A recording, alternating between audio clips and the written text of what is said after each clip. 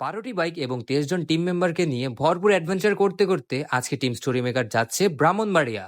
আমাদের ব্রাহ্মণবাড়িয়া যাত্রা শুরু হয় আমাদেরই টিম মেম্বার মুন্না ভাইয়ের বাসা থেকে। সো আমাদের যাওয়ার কথা ছিল সকাল 5টায়, কিন্তু আমরা রওনা দিই সকাল 6টার দিকে, কেননা এক একজন টিম মেম্বার এক এক টাইমে আসছে। সো গ্রুপ ট্যুরে এটা কিন্তু একটা নর্মাল বিষয়। তারপর আমরা চলে যাই পেট্রোল পাম্পে আমাদের বাইকগুলোতে তেল লোড করতে। তো বাইকে ফুল ট্যাঙ্ক করে আমরা সবাই রওনা দিয়ে দিই ব্রাহ্মণবাড়িয়ার উদ্দেশ্যে। ব্রাহ্মণবাড়িয়া যাত্রাপথে আমাদের ভয় ছিল দুইটা, এক ওয়েদার, দ্বিতীয়ত জ্যাম। খারাপ ওয়েদার ফিল না করলেও আমরা কিন্তু জ্যামটা খুব ভালোভাবে ফিল করছি এই যাত্রায়। আর বৃষ্টির কারণে এখন বর্তমানে রোডঘাটের যে অবস্থা তা বলার বাহিরে। একে তো জ্যাম, রাস্তা খারাপ, তার মধ্যে আমরা ভুল রাস্তায় চলে যাই। অনেক প্যারা আর অ্যাডভেঞ্চার করার পর আমরা সঠিক রাস্তায় উঠতে পারি। ভালো রাস্তায় উঠার পর আমরা সুন্দরভাবে চালিয়ে চলে যাই ফেরিঘাটে। আর হ্যাঁ, আপনারা কি ভাবতেছেন এই লোকটি চোর? না, এই লোকটি আমাদের একজন টিম মেম্বার, যার নাম কিনা বাবু। আমরা মূলত ব্রাহ্মণবাড়িয়া বাবু ভাইয়ের বাসায় গিয়েছিলাম। ফেরিঘাট ক্রস করার পর নাস্তা করে আমরা 23 জন ছাগল চলে যাই আরো একটি স্বাস্থ্যবান ছাগল কেনার জন্য। তো ছাগল কেনা শেষে আমাদের আরেক টিম মেম্বার সিয়াম ভাইয়ের বাইকে কিছু সমস্যা দেখা যায়। তো বাইক সার্ভিস শেষে আমরা সোজা রওনা দিয়ে দিই নবীনগরের উদ্দেশ্যে, যেটা কিনা আমাদের মেন গন্তব্য।